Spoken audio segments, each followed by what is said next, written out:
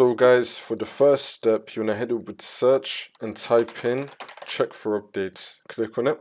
And now once you're on this, you want to click on check for updates. Make sure that your computer is fully up to date. For the second step, you want to head over to search again and type in CMD. Now you want to run it as administrator. And then click on yes. And now once we're on this, we're going to type in msdt.exe space -id space power diagnostic, and then click on enter. And now this will come up. And then once the power troubleshooter comes up, you want to click on next. Wait for this to load. If it detects any problems, it will try to fix it for you. And then click on close.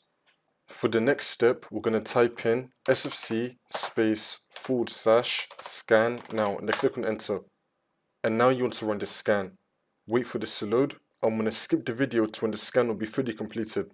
And then once you complete that scan, we're going to run one more. It's going to be dism space /online space /cleanup -image space /restore health, and then click on enter again. You now want to run this scan as well. Wait for this to load.